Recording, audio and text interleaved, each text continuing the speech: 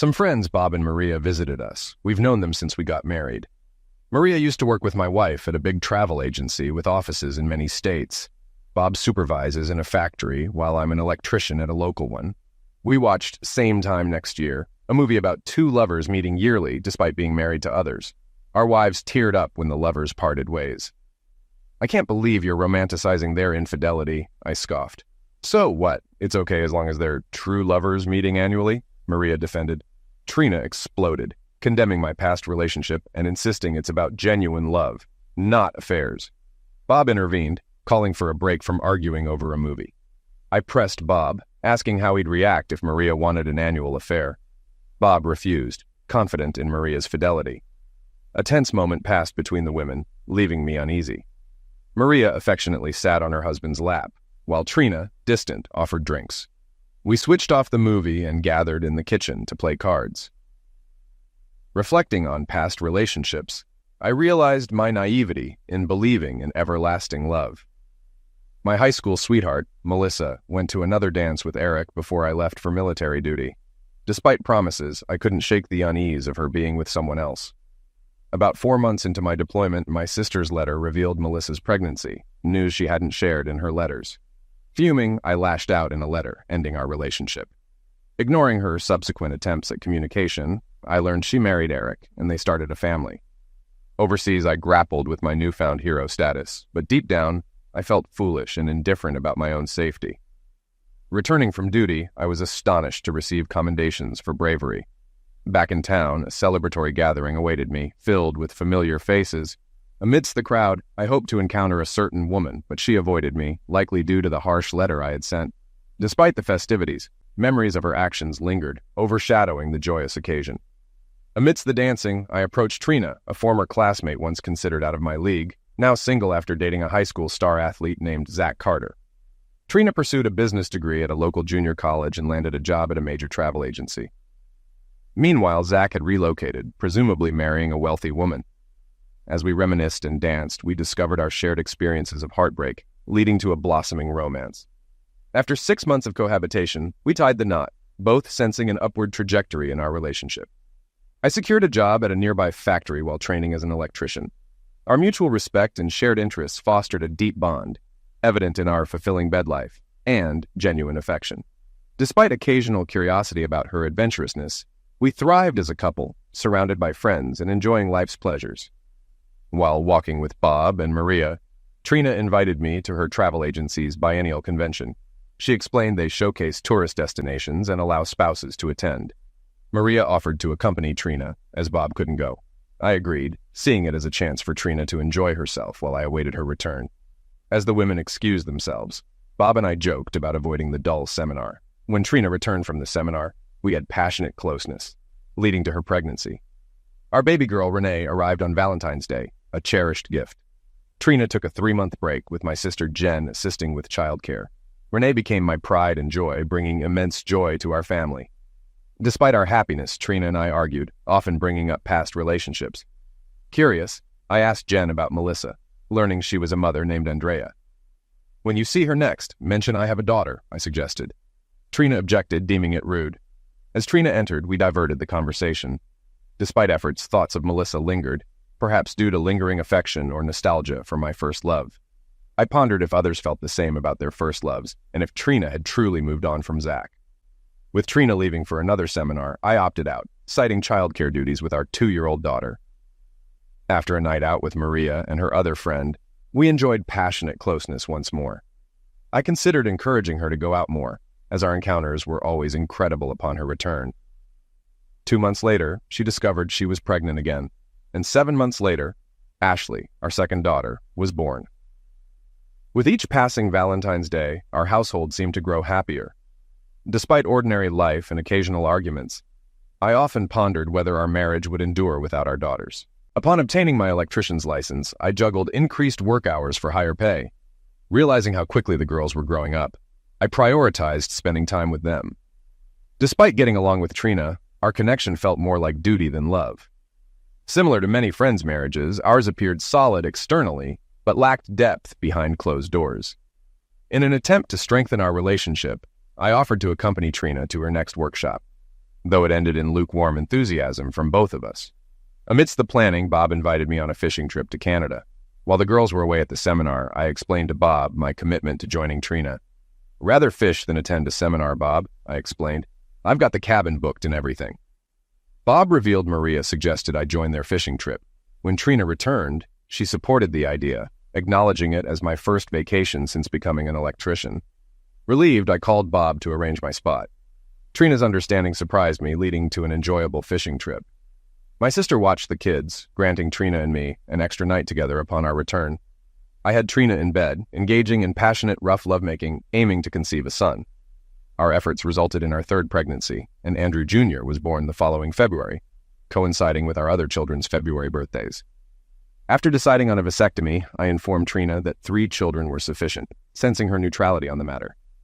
A year later, Jen mentioned Melissa wanted to talk privately, stirring conflicting emotions in me. Despite reservations, I visited Melissa's house, feeling torn between obligation and curiosity as I approached the doorbell. Any other time, I would have entered without hesitation, but today felt different. When Jen opened the door, I found myself speechless. The tension was palpable as I saw Melissa in Jen's kitchen, as stunning as ever, tears streaming down her face. Without expecting it, I moved to comfort her, holding her trembling hands. Melissa apologized repeatedly, her distress perplexing me. A decade ago, her tears might have brought me satisfaction, but now time seemed to have softened my emotions. Embracing her, I reassured her, noting the scent of familiarity. Melissa explained she had broken a promise made to her husband, Eric, for the sake of their daughter, Andrea. "You're right, Mel. I don't understand. What's going on?" Mel began to compose herself as Jen brought her tea. The 3 of us sat together, but Mel insisted Jen stay, as she needed to hear too. Mel revealed that her daughter, Andrea, faced severe jaundice from liver failure, requiring a transplant. Despite efforts, Mel wasn't a match, nor were any family members. When Jen mentioned Eric, Mel dropped the bombshell. Andrea's biological father was me. Overwhelmed, I struggled to comprehend. "Why didn't you tell me?" I demanded. "I can't believe you kept this from me. When you found out you were pregnant, you never gave me a chance to explain. You cut me off, calling me names. I wrote you a letter, but you never replied.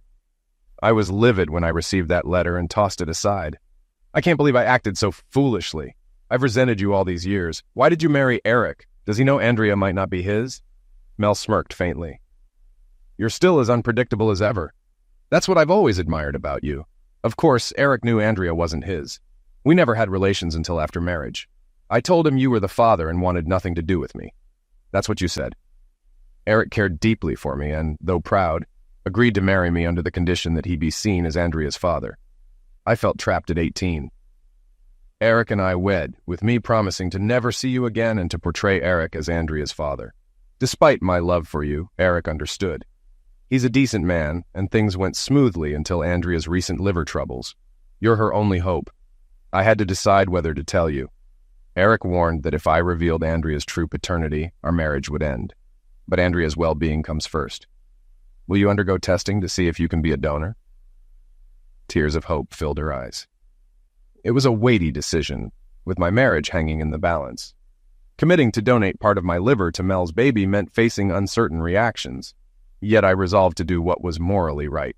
I assured Mel I'd undergo testing to save Andrea's life, scheduling the appointment for Monday. Tears filled our eyes as Mel embraced me, professing her enduring love. Despite the emotional turmoil, I returned home, grappling with the revelation that Andrea was my daughter.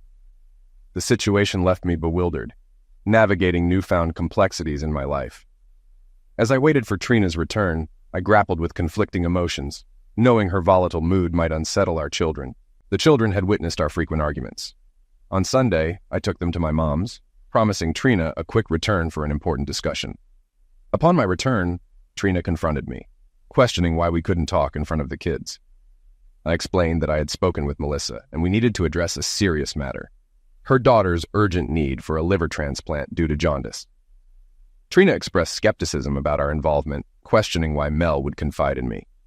Confirming Mel's claim that I could be the father of her daughter, I admitted my surprise. Despite Trina's concerns about our family, I emphasized the urgency of Andrea's situation and my obligation to help. Trina's anger was palpable, accusing me of prioritizing Mel and her daughter over our own family. Despite her accusations, I asserted my commitment to saving Andrea's life and potentially embracing fatherhood if the test confirms paternity. I urged Trina to set aside her resentment and consider the gravity of the situation. I'm against it, Andrew. Despite your feelings for her, she's not my concern. I have my own children to worry about, and I don't want her in our home if she survives. You're acting despicably. I'll help the girl if I can, but I won't tolerate your affection for her mother. You're still hung up on her, aren't you? You're pitiful, Andrew. Go be with your old girlfriend and donate your liver to her daughter. Maybe she'll take you back after I kick you out. I'll be watching you closely. After picking up the kids, Trina barely spoke to me when she came home.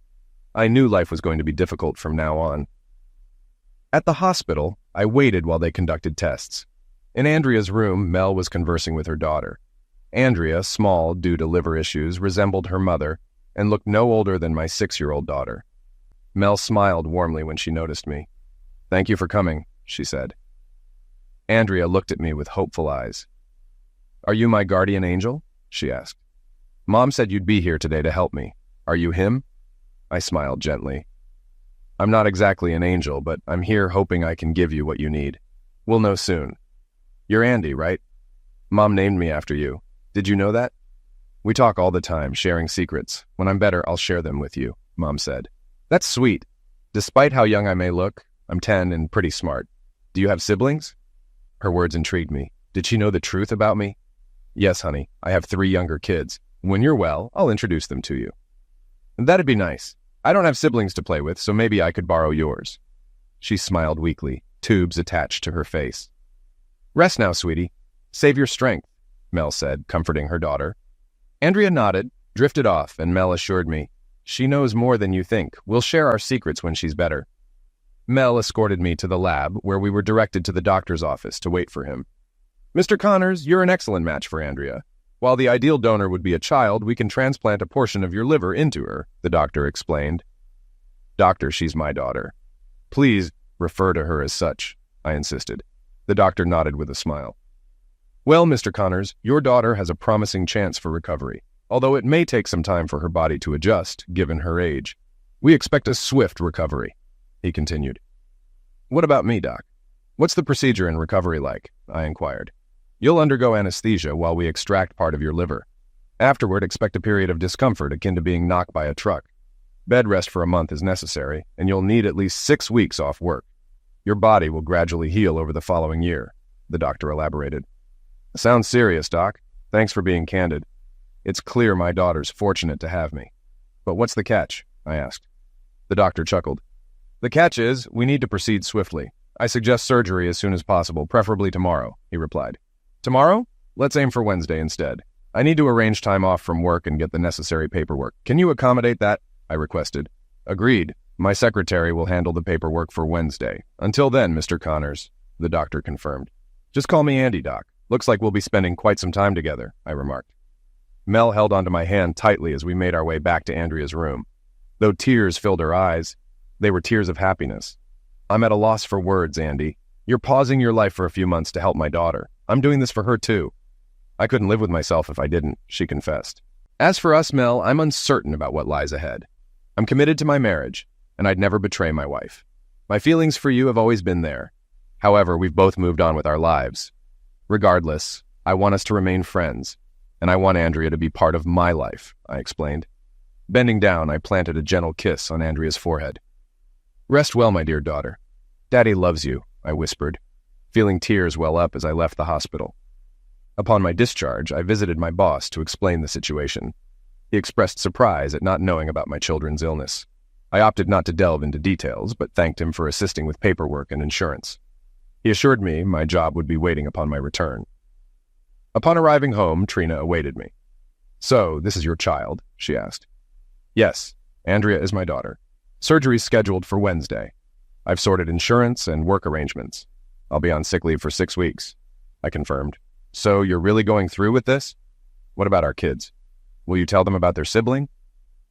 "Our children are 2, 4, and 6 years old. If I explain that I'm helping save another child's life, they'll understand. They know I'll always be there for them. I'll talk to them tonight, so they understand why I won't be around for a while. Jen said she'll assist you until I return." Oh yes, your beloved sister Jen will be here. You know she can be a handful sometimes. Don't say that. Don't disrespect my sister. She's like a second mother to our kids, and you know it. If you don't need her help, just let her know. I'm sure she'll understand. Trina fell silent and left the room. I called the girls over to explain. Andy Jr. tagged along, oblivious to our conversation. I shared that they had an older sick sister. I did my best to clarify the situation. The girls were near tears. "Save her, Daddy. You have to help her if you can," Renee pleaded. "I will, sweetheart. I'll be away for a few days until I recover. I'll call and speak with you daily until I'm back. When your sister is better, I'll take you to see her. Aunt Jen will look after you while I'm gone. Be good for her and Mommy, okay?" "We'll be good, Daddy. We promise." On Wednesday, I arrived at the hospital. Before entering the room, I briefly checked on Andrea. She seemed nervous, but smiled. "Hey, Andy. I'm glad you're here. I couldn't have done it without you." She had a bit of me in her, you know. She's a sweet, caring girl. I've only known her for a couple of days, but I'm so proud of her. I turned around to find Mel standing there, shaking nervously. "It's going to be okay, Mel. Andrea's ready, and so am I." She leaned in and kissed me, a genuine display of love. "Thank you, Andy. I'll never forget what you're doing for our daughter." Looking back at Andrea, I realized she had overheard her mother's words. She smiled at me, as if to say, "Thank you, Daddy." In my room, I prepared for surgery. Upon waking, the doctor warned me about the recovery process. He wasn't exaggerating. I felt awful. A nurse came in, adjusted my pain medication, and ran some tests. I looked around, but no one was there. I knew Mel would be with her daughter, but I hoped Trina would change her mind and visit me. I drifted off to sleep and later woke to voices. It was my sister Jen and Mel. "Hey, little bro. How you holding up? You look rough," she chuckled. We always bantered like this. She was the best sister anyone could ask for. Married, but no kids. We just never discussed why. "Jen, please, no laughing. It hurts like crazy. How did it go? Is Andrea okay?" Mel says it's too soon to tell, but the doc is optimistic. Surgery went well. Now we pray her body accepts the liver. "Heck, he's taking my liver. I don't give my organs away like candy," I chuckled, wincing at the pain. "Andy, I owe you big time. You saved our daughter's life. She's still my daughter, even though we're not married. I'll visit her regularly. My kids can't wait to meet their big sis." "What about Trina?" "I tried to talk, but she'd always walk away. I just wanted to be pals, but she wasn't having it. I hope Andrea bonds with your kids." "Trina never mentioned talking to you. Never.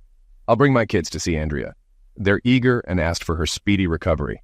I promised I'd make that happen." We chatted for a bit. Then the doctor visited.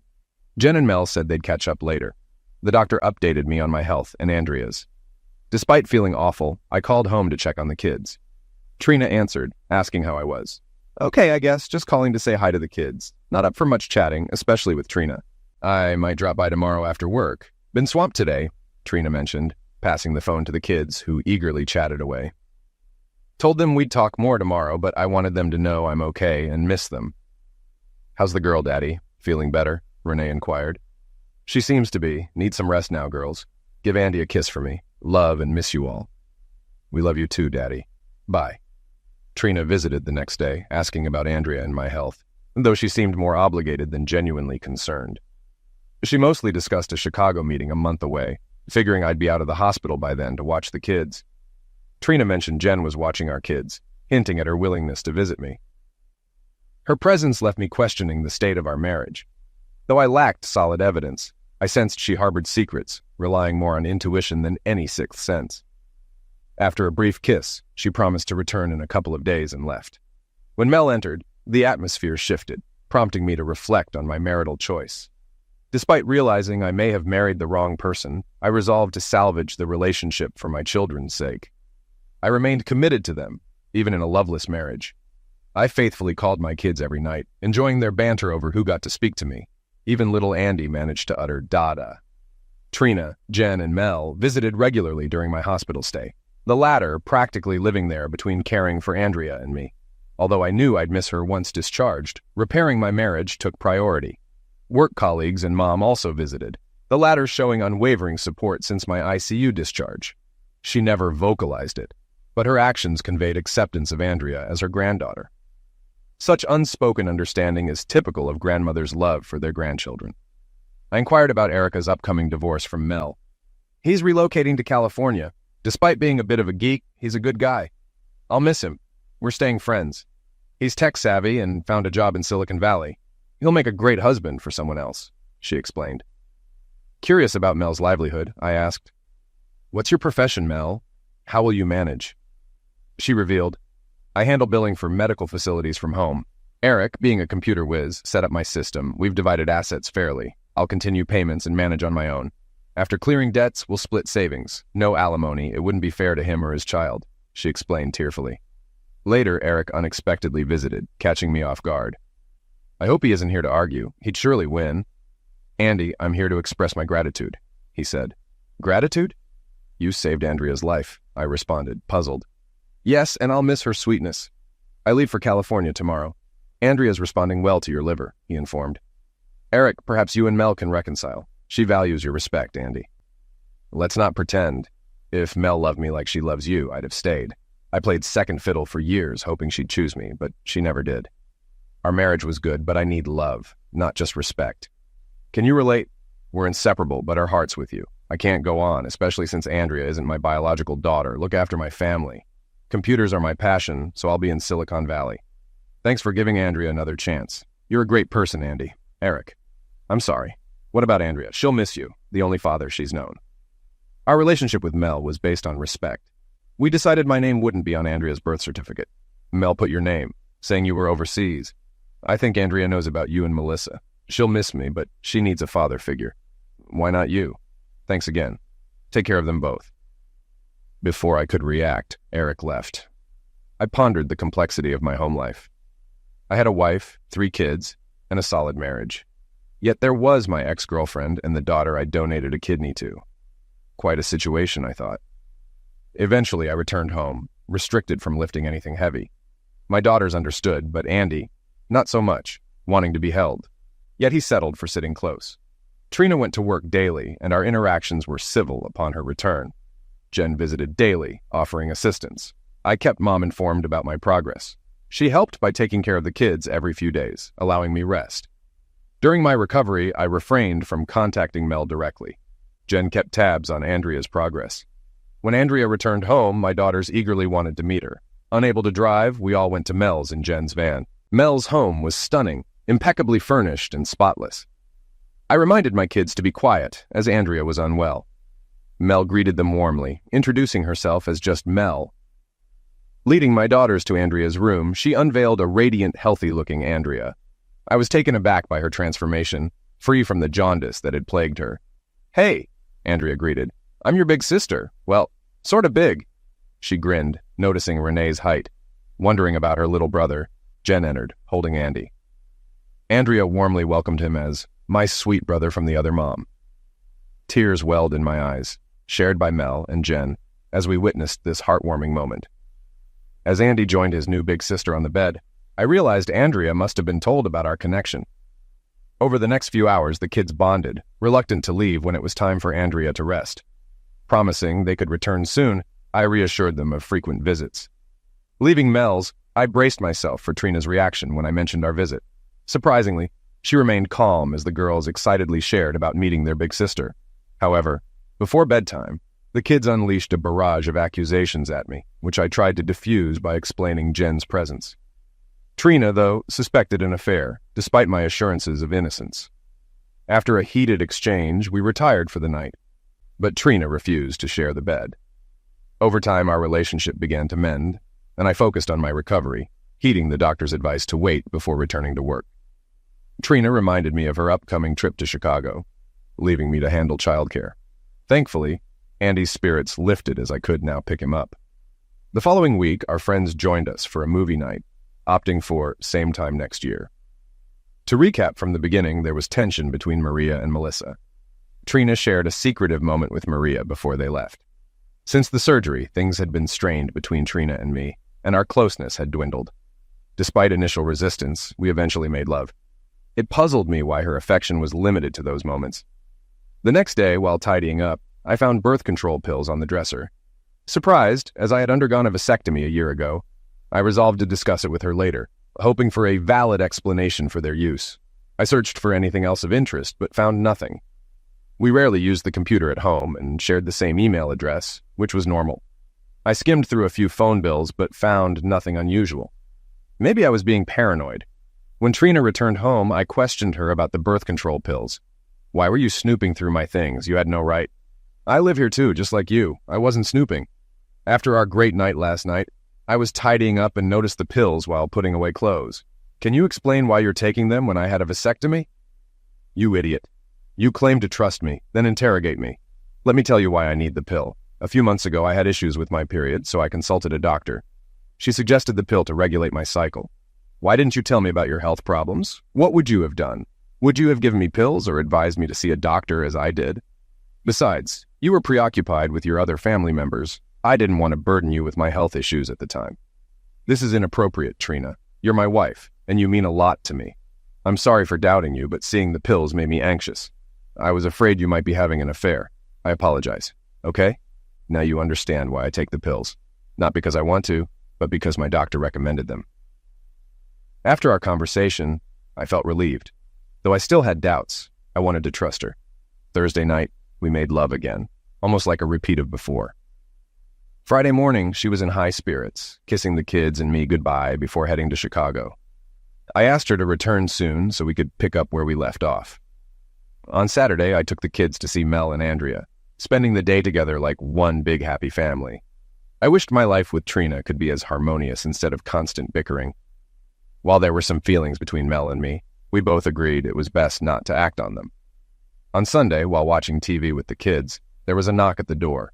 It was two old high school friends, April and Mandy, gathering information for our upcoming reunion.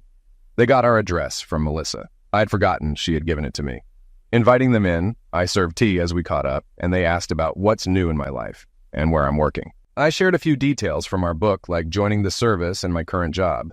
I skipped mentioning the operation, unsure if Melissa had already told them. Then they asked about Trina, so I mentioned her job at a travel agency. I explained. Mandy seemed surprised. This is strange, she said. What's odd about working at a travel agency? I inquired. Her ex, Zach Carter, works there too, but in Chicago. It's peculiar, old flames at the same company, but in different states. How do you know? I asked. We spoke to his mother recently. She told us all about him, how successful he is. Remember in high school, everyone wanted to date him? His mom says he's still fit, works out daily. Can I have his profile? Trina might want to reconnect. I didn't need it for Trina. I wanted it for myself. I sensed something fishy. After obtaining Zach's details, I bid farewell to my classmates. I debated calling Bob for info on Zach, but refrained, not wanting to implicate Maria. Instead, I rang Trina's room in Chicago. After 5 rings, she answered, sounding out of breath. Hi, she greeted. Good morning, dear wife. How are you? Why are you calling, Andy? Remember, only emergencies. Are the kids okay? Kids are fine, but their dad's upset. Why call, Andy? It's Sunday. No meetings today, right? Forgot. Having a secret meeting with Zach now. Interrupting your fun time? Sorry. Enough, Andy. We'll talk next week. You idiot. I hear him. Hanging up now. Talk later. Talk now or I'll burn it down. Heard Zach whispering. Tell him to hush or I'll call his wife. Senator. Please, Andy, don't. Heard her say something. Zach, stop. He knows. Can't hide. How long? Maybe 7 years. Couldn't get rid of him. Wanted his baby. Please, Andy. Not now. Later. Whose kids am I raising? Yours or your lover's? Answer me. Andy, I honestly don't know. Wow. Honesty isn't your strong suit. Maybe I'll sue my lover for child support. The senator might want to help. Don't say that. I've been honest. I never cheated. You blamed me, but you had fun with him for 7 years. What do I say now?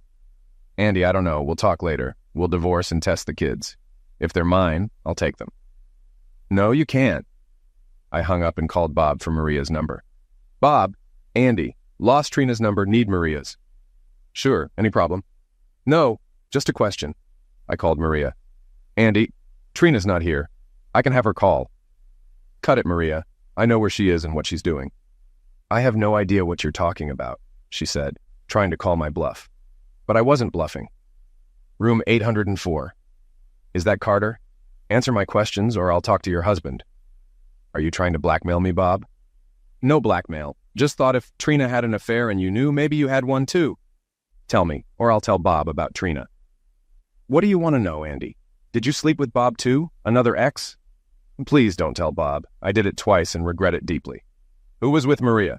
Please, I confessed. It was a friend of Zach's. I want to move on. Don't tell Bob. Tell me about Trina and Zach, and I won't tell Bob. Deal? Okay, I trust you. Trina had an affair with Zach at seminars. She admitted she always loved him and regretted marrying you. They stayed in their room, hardly attended meetings, and went out to dinner. What about my kids? I don't know. She wished all 3 kids were Zach's as a way to get back at you. It made no sense to me. Are my kids actually Zach's? I'm not sure. She hoped they were, but she doesn't really know. Trina, Maria, and I are divorcing, and I'll test the kids to determine paternity.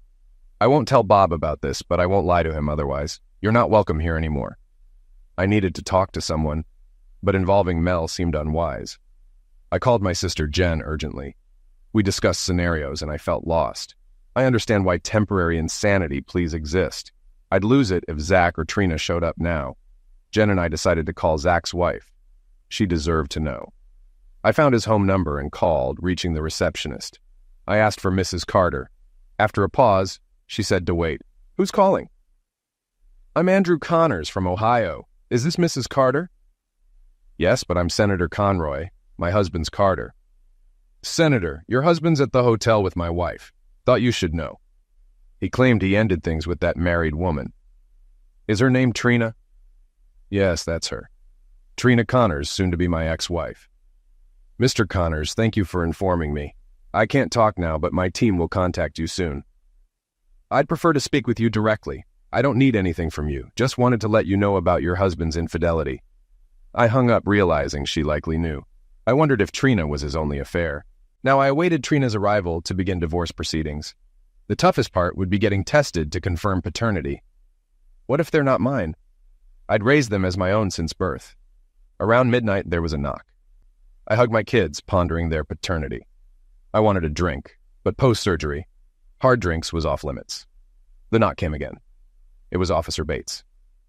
Are you Andrew Connors? Yes, that's me. What's wrong? Your wife has passed away in a car accident in Illinois. I was stunned. Just moments ago, I loathed her, but now she was gone. It was hard to believe. I wished it was a nightmare, but it wasn't. What happened, officer?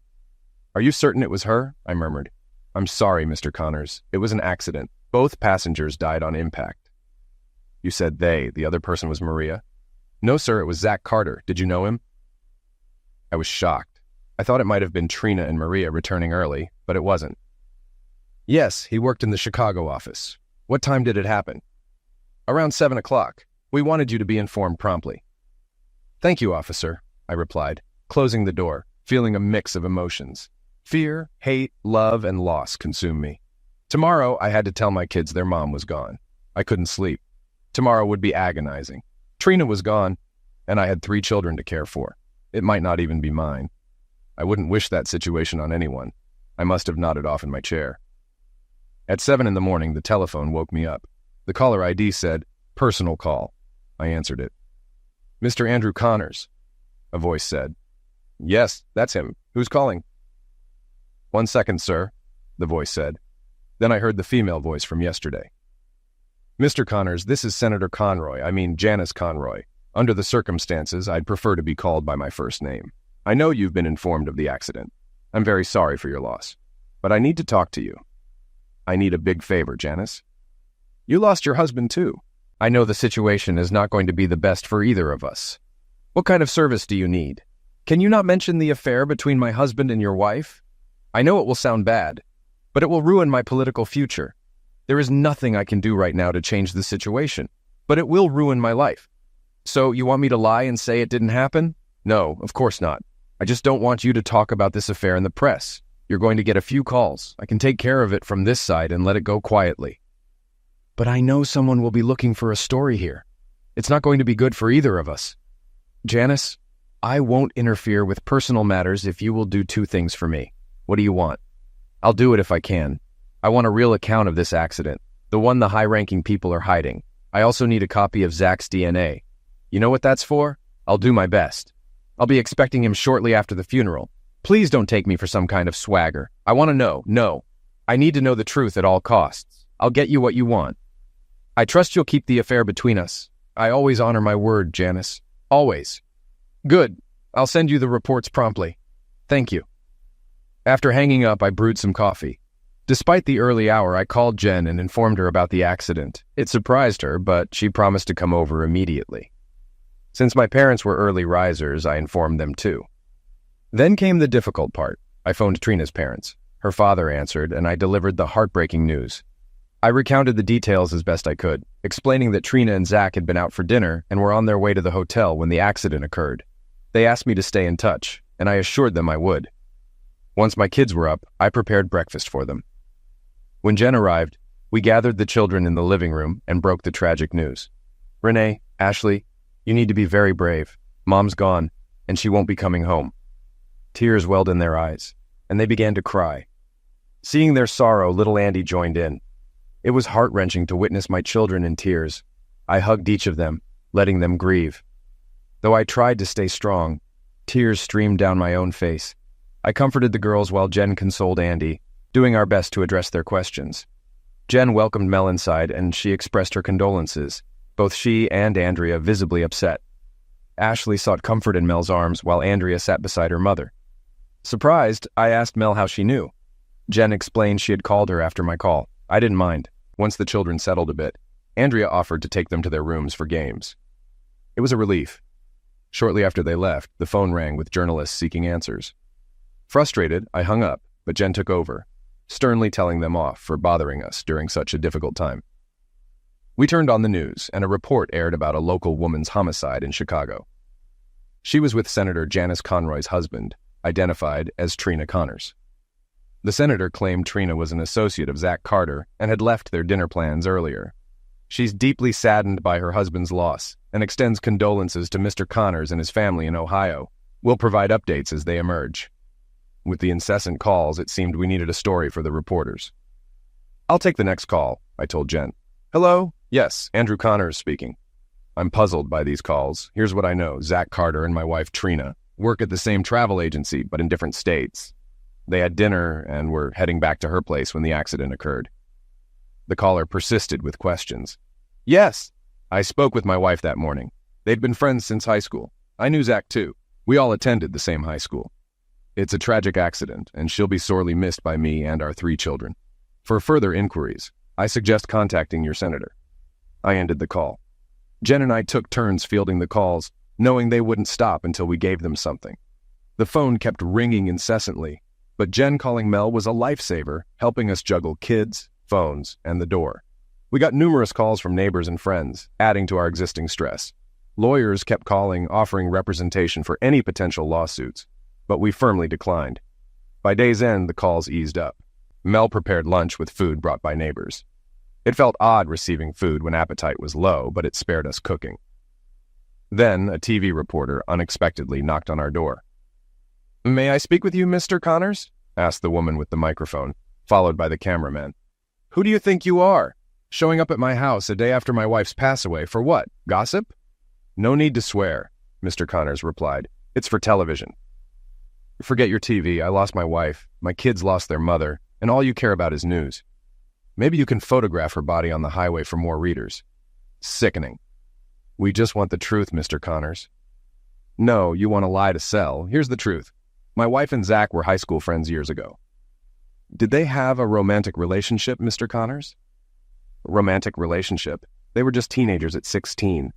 Would you call that romance? You're mistaken. I'm married with 3 children, aged 2, 4, and 6. My wife works full-time at a travel agency. Tell me, when could she possibly have had a passionate affair with her ex-boyfriend living 2 states away?" "But she was with him." "Yes, they had a business meeting in Chicago and grabbed dinner afterward. It's not uncommon for old friends to catch up over dinner. I spoke to her the day before, and if you followed your own news station, you'd know Senator Conroy was supposed to join them for dinner. Your aim seems to be spreading scandal and disrupting lives." As little Andy peeked out of the storm door, I held back the urge to unleash my fury. Imagine telling my son that his mother was nothing but a cheater, just eager for an affair with her ex. To insinuate she didn't love him, only craved another woman's husband. I wanted to lash out, but out of respect for the kids, I held back. "You sicken me. I've said I wouldn't wish this on anyone, but for you, I might reconsider. Let some reporter tear your life apart with false accusations, and see how you like it. Here's a warning. If I catch a single lie about my family on your network, you'll be facing a lawsuit along with your channel. You're not welcome here, and there are no celebrities to chase after. Now get off my property." When I returned home, I embraced my son tightly, and he hugged me back. Jen noticed something was amiss, but hopefully the reporters hadn't caught on. Things settled down afterward. The kids resumed playing, and Jen and Mel discussed funeral plans. Trina's body was due in 2 days, and we aimed for a prompt funeral. The women assured me they'd handle everything, which relieved me, as I wasn't adept at such matters. Later, I overheard Ashley and Andrea in the room. "I miss my mom," Ashley said. "I understand, Ash. I miss my dad. His name was Eric. He wasn't my real dad, but I miss him. He was always there." "Why did he leave you?" Ashley asked. "Because he wasn't my real father. Dads shouldn't leave their little girls." "It's not nice," Ashley replied. "It's okay. I have a new dad now, and he's your dad too." "Ashley, do you think your mom will be my mom too? Since we share the same dad, why can't we have the same mom?" Tears welled up in my eyes hearing my daughter's words, but I stayed silent, not wanting them to know I was listening. "Let's talk to Dad, Ash. I'll talk to Mom, and we'll see. But no matter what, I'll always be your big sister, and you can always count on me." I watched as Andrea embraced Ashley. In the following days, the calls dwindled. A reporter who visited focused on Trina's positive traits to avoid any legal issues. A high-profile celebrity divorce overshadowed our accident news. Jen and Mel efficiently handled the funeral arrangements. Trina was laid to rest within 2 days, and the turnout was overwhelming. Jen and I greeted guests while Mel tended to her kids. Despite the sadness, seeing her with the children brought a mix of emotions. We said our farewells to Trina, shedding tears and sharing moments of laughter amidst the sorrow. Mel arranged a luncheon through her church, providing closure and a chance for us to mingle with friends. I even expressed gratitude to Maria and Bob for attending, advising Maria to learn from Trina's tragic fate. She should fight for her marriage. She hugged me gratefully for keeping our secret. I hoped she'd learn from Trina's errors. Mel and Jen asked about keeping Trina's belongings. I suggested giving the jewelry to the girls. They saved most for later, but gave some to the girls to play with. Mel admired Trina's clothes, and I offered them to her, given their similar sizes. Jen found this amusing. "You're clueless. Giving your late wife's clothes to your ex? Not happening." Mel liked them. "I was just trying to be accommodating. Women, huh?" Jen suggested selling the clothes at a garage sale for a fair price. Next on their agenda was a phone call I received from a familiar voice. After hanging up, I asked the girls to take the kids out for a couple of hours, explaining I had someone coming over. As they left, Senator Janice Conroy arrived with her driver. I welcomed her in and was surprised by her appearance, pleasant but likely in her 50s, which surprised me as Zach was our age. She handed me a manila envelope containing an unofficial accident report and Zach's DNA card. Offering her coffee, she thanked me for my discretion regarding the affair. The insurance company contacted her about settling the matter. "Janice, I don't want your money. I just want closure so my family and I can move forward. You'll receive numerous calls from lawyers promising millions, but these cases can drag on for years. The insurance company wants to settle it quickly, and so do I. They've made an offer. If you accept, the case closes, and you won't be bothered further." "What's the offer?" "It's the insurance company's money. They'll give $100,000 for each of your children deposited into a trust. It's paid out when they turn 18, and you control the account until they're 25. "Why are they offering this?" "No offense was committed. It's to avoid prolonged legal battles. They'll also cover medical expenses from the accident, totaling $400,000. I have 4 children, not 3. My second daughter should get her share. I'll ensure all 4 are covered. If we're done, I'd like..." "Before you go, can you tell me about you and Zach? Why did it continue after you knew?" "I believe so. You deserve the truth. I met Zach in college, and despite our age gap, we became friends. He was like a trophy husband, accompanying me to events. He wanted a travel agency, so I bought one for him. He had affairs, including with your wife, but I warned him to stop. The accident report suggests he was punched from behind, causing him to lose control." "Why didn't he leave?" "I held the money and power. He had nothing without me. The accident report suggests he was punched from behind." "What does the report say?" "It suggests his car was knocked from behind, causing it to spin out of control and crash into a tree." "Janice, are you responsible for their passaways?" "I don't personally believe so. There are powers beyond my control. I cared for Zach in my own way like a toy. This may be our last conversation. The report you'll receive has the names redacted for safety. I'm sorry for your loss. After Janice left, I found the report as promised. It revealed Trina's affair with Zach. The DNA report was complete. I couldn't help but wonder if Janice had any involvement in the accident. When the others returned, I shared the news with them, and they were surprised to learn about our visitor. They wanted to read the report. Are you sure you want to read this? It's heavy stuff, and you might not like what you see. Mel gave me a caring look. Andy, I care about you, so I'll hold back my curiosity. You don't have to face everything alone. Sometimes sharing can ease the burden. She smiled kindly. As they read the report, they were saddened, much like me. They hoped Trina would feel remorse. Earlier, I had shared some of what Janice Conroy told me. My sister Jen suggested, maybe Trina's pass away is a blessing in disguise. It could have been far worse if the situation continued, especially for the kids. I knew she was right, though she spoke the thought aloud. That was Jen, never shy about speaking her mind. Later, I sat at my desk, reviewing the report and Zach's DNA. Mel joined me. What's your plan with that? She gestured to Zach's DNA report. I have an appointment tomorrow to find out if Zach is the biological father. Don't do it, Andy. For your sake and the kids, please reconsider. I need to know, Mel. I need to understand why. But why now? Zach and Trina are gone, and knowing won't change anything. What if you're not the biological father? Will you give up the kids? Please, Andy, think about it. You've been their father in every sense. Don't let doubt overshadow that. Promise me you'll consider it, Andy, for your children's sake. All right, I'll mull it over tonight if we head out. I'll swing by tomorrow after we're done, I assured Mel. She gave me a light kiss, and then she called Andrea, and they headed home. True to my word, I pondered it all that night. The next day, by mid-afternoon, I arrived at Mel's place. The kids dashed out of the car and raced into her house. Andrea was at school, but Mel had given them permission to play in her room. Renee was meant to be at school, but I had already arranged for her to stay home the day before. You didn't, did you? Mel whispered. Sorry, but I made a promise to the kids, I admitted. What? You did it for them? What are you talking about? I promised them a trip to McDonald's for lunch, and I intend to keep my word. So you didn't follow through?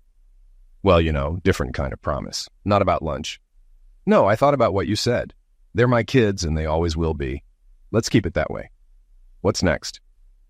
I settled on the couch, and Mel perched on my lap. Since the funeral, we'd grown closer, apart from the occasional kiss. Being near her felt wonderful. She was an incredible woman. You'll mourn for a bit, we'll start dating, and eventually you'll propose. I'll say yes, and we'll live happily ever after. Just like a fairy tale. A radiant smile lit up her face. I grinned too. What if I don't want to marry you? I teased. Then I'll just move in with you. Losing you once was enough. Besides, babies seem to like me, and I adore them. And what about lovemaking? Are you any good? I burst into laughter. Darling, it won't just be lovemaking with you. It'll be love, and it'll be amazing. Mel joined in the laughter. Just then, Andrea returned from school. Seeing Mel on my lap, she beamed. Renee, Ashley, Andy, come quick. There's something you have to see. Mel remained still as the children entered, with Andy trailing behind. They greeted Mel with smiles. Ashley spoke up first. Are you going to be our mom now that ours is gone? Tears welled in Mel's eyes as she rose from my lap, approached Ashley, and embraced her. Darling, I'd be honored to be your mom. Your other mom will always be in your hearts, and I'll be here to take care of you. Andy approached for a hug, and Mel embraced him. Renee then turned to me. Dad, when are you getting married, and where will we live? Well, sweetheart, I want to make sure you kids are on board with us getting married first. Of course, Dad. What a silly question. We already love Mel, and you're Andreas. Dad, we just want to know where we're going to live. Honey, I haven't even proposed to Mel yet. We'll do it, Dad. Propose right now. All the kids chimed in. Do it, Dad. Even little Andy. I chuckled, and Mel teared up. Taking her hand as she stood, I knelt before her. Mel, my children and I adore you. Will you be their mom and my wife? I'll need to get you a ring to make it official. I hadn't planned on doing it today, but I can't think of a better time or better witnesses. Before I could finish, the kids were urging, Answer him, Mommy, answer him. Interestingly, even before she replied, they began calling her Mommy. How much longer do I have to ponder this, kids? It's a big step, Mel said, a smile playing on her lips. Just a moment, Mom, Andrea replied. We both know you've wanted this your whole life. There goes another secret. Andrea glanced back at me, smiling. Mel attempted to appear serious, but she wasn't very convincing. After careful thought, I agreed. Yes, Andrew Connors, I'll marry you. The kids cheered, urging, Kiss her, Daddy, seal the deal. It felt amazing. Kids, just so you know, we won't marry right away. We have much to do first, but we'll see each other almost every day, Mel explained.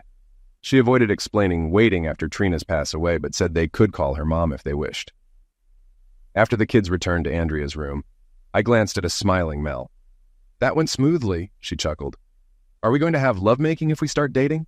Can we do it on the first date? I questioned. Anytime you want, honey. We don't even need to wait for a date, she assured me before dialing my sister Jen on the phone. What's going on? I inquired. Jen's coming to take the kids to see Happy Feet. Honey, I have a question for you. Are we going to stay here and do what we talked about earlier? Before I could respond, she called the kids back into the room. Kids, Aunt Jen and Uncle Ralph are taking you to see Happy Feet. Daddy and I have things to do, but we'll be here when you get back. Behave for Aunt Jen and Uncle Ralph, understand? Yes, Mom, we hear you, Andrea replied with a smile. Jen and Ralph arrived a few minutes later. Ashley hurried to them with news of our impending wedding and an invitation. Mom and Dad are getting married, and you're invited. But we haven't set a date yet, she announced. Jen glanced at us. Surprise, huh? Her smile indicated her approval. Renee spilled the beans. Dad proposed in front of us all. It was amazing. They sealed it with a kiss, they all chimed in, with Ralph grinning until nudged by Jen. Well, congrats, Jen said. Let's take the kids to the movies so you can finish up your business. We'll grab pizza on the way home, giving you about 3 hours. Hopefully, you'll wrap things up by then. Why are you laughing, Uncle Ralph? Ashley asked. I was just thinking about Dancing Penguins, which we're going to see. It should be a very good movie. When they left, I played dumb and asked what unfinished business we had to do. Mel pulled me into her bedroom. I've waited 11 years to put you in my arms again. Please make love to me. But don't forget that we have a 3-hour workday. Honey, I'll only need 3 minutes for the first round. We both started laughing as we undressed. We made it through the Christmas holidays, spending a lot of time together as a family, although we weren't officially married and still lived in separate houses. However, the kids were eager for us to tie the knot as soon as possible. After the holidays, the kids approached us about hosting a big Valentine's Day party. They explained that they chose to call Mel Angie because they already had Andy as their little brother, and it didn't bother anyone. They suggested combining the party with the other kids' birthdays during Valentine's week and turning it into a joint birthday wedding celebration. They proposed guests bring gifts for the other kids, including Angie, even though her birthday was in March. We found their idea endearing, and although we laughed, we were touched by their thoughtfulness. But I felt it was best to defer to Mel on such matters, knowing she would handle it with care. Mel glanced at me, then turned her attention to the kids' hopeful faces. She knew I had passed the decision to her. I avoided meeting her eyes as she deliberated. Finally, Mel spoke up, expressing her surprise at the children's expectation of gifts at their combined party. She gently reminded them of the importance of prioritizing others' needs over their own and expressed disappointment at their assumption. Her words seemed to resonate with the kids who lowered their heads in understanding. Renee interjected, proposing that they forgo the presents to proceed with both the party and our wedding. Mel sought my assistance with her decision, and I managed to maintain a composed expression. Mel agreed to the birthday party and affirmed our wedding plans as a family celebration, but without the expectation of gifts.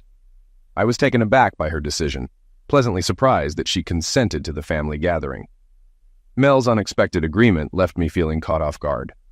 The children, overjoyed, embraced Mel and then came to hug me. Update. With a month and a half to prepare, most of the wedding planning fell on Mel's shoulders as I returned to work. Fortunately, Jen was there to lend her support, and they grew close, almost like sisters. They secured a church and pastor for the weekend closest to Valentine's Day, and the color scheme was set, red, white, and hearts galore. The church ladies offered to cook, but we insisted on covering the expenses, including the cake. It was a modest affair, with Jen as matron of honor and Ralph as best man. Our son carried the rings, followed by Andrea and Renee in matching blue dresses, with Ashley as the flower girl. As Mel walked down the aisle, escorted by her father, tears filled my eyes, and I sensed her shared emotions. Despite years of turmoil with my first wife, marrying Mel made me nervous yet overwhelmingly happy. The church was filled with friends and family, and the applause after our kiss sealed the bond. After the ceremony, we were greeted by banners celebrating our marriage and the kids' birthdays. It was a joyous occasion, with birthday cards awaiting each child. Our invitations had mentioned it was a combined celebration, making it a Valentine's Day to remember. We chose to postpone our honeymoon until June when the kids were out of school, opting for a trip to Disney World where we shared rooms. During the day, we enjoyed time with the kids, reserving our nights for closeness behind closed doors, leaving the kids puzzled about our tiredness. Upon returning home each morning, Jen shared her joyous news of expecting her first baby, bringing us happiness for her and Ralph. We decided to sell my house and consolidate into Mel's, ridding ourselves of reminders from the past. With an auction, we sold off furnishings and the house itself. The kids were thrilled with their new bedroom sets, and we wisely invested their insurance checks into individual accounts for their futures, closing the chapter on the accident. Meanwhile, Senator Conroy's re-election by a wide margin highlighted life's unpredictable nature, reminding us that sometimes everything aligns perfectly. I kept Zach's information in a safe, pondering future DNA tests for the kids. For now, the warmth of my children's hugs and their calling me Daddy reaffirms that I made the right choice.